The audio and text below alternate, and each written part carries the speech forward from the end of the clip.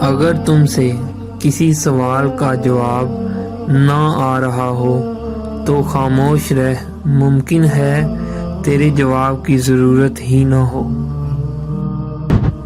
ان لوگوں سے ہمیشہ بچ کے رہو جو علماء کی تحریریں توڑ مروڑ کے پیش کرتے ہیں۔ مجذوب کی کیفیت جہل نہیں، علم ہے۔ اللہ کے ساتھ صبر کرو اور اس سے ڈرتے رہو۔ بلا شک انسان اس وقت ذلیل و خوار ہو جاتا ہے جب اسے اللہ پر بھروسہ نہیں رہتا۔ نفس کی پیروی چھوڑ دو اور اس کی طرف اپنا رخ پھیرو جو سچا ہے اور سچائی کی تصدیق کرتا ہے۔ اگرچہ سمندر کی گہرائی ہوتی ہے لیکن دل کا ساحل سب سے زیادہ گہرا ہے۔ جب وہ تجھے نہ دے تو یہی اس کی عطا ہے، اور جب وہ تجھے عطا کرے تو یہ اس کا نہ دینا ہے، تو لینے سے نہ لینا بہتر ہے۔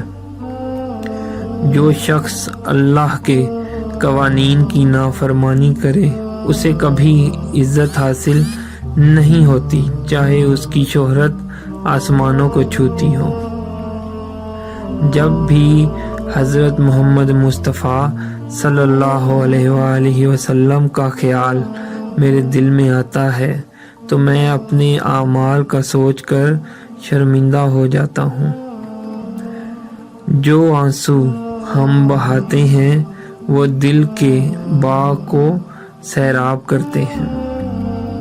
پریشانی تو آتی جاتی ہے اور آتی جاتی رہیں گی، تم بس اللہ سے امید مت ہارنا۔ انسان کی حفاظت دراصل اس کی موت کا مقررہ وقت کرتا ہے۔ اللہ کا حساب سب کے لیے یکساں ہے۔ جو بیج اپنے چھلکے کو اترنے نہ دے وہ کبھی ایک پھلدار درخت نہیں بن سکتا۔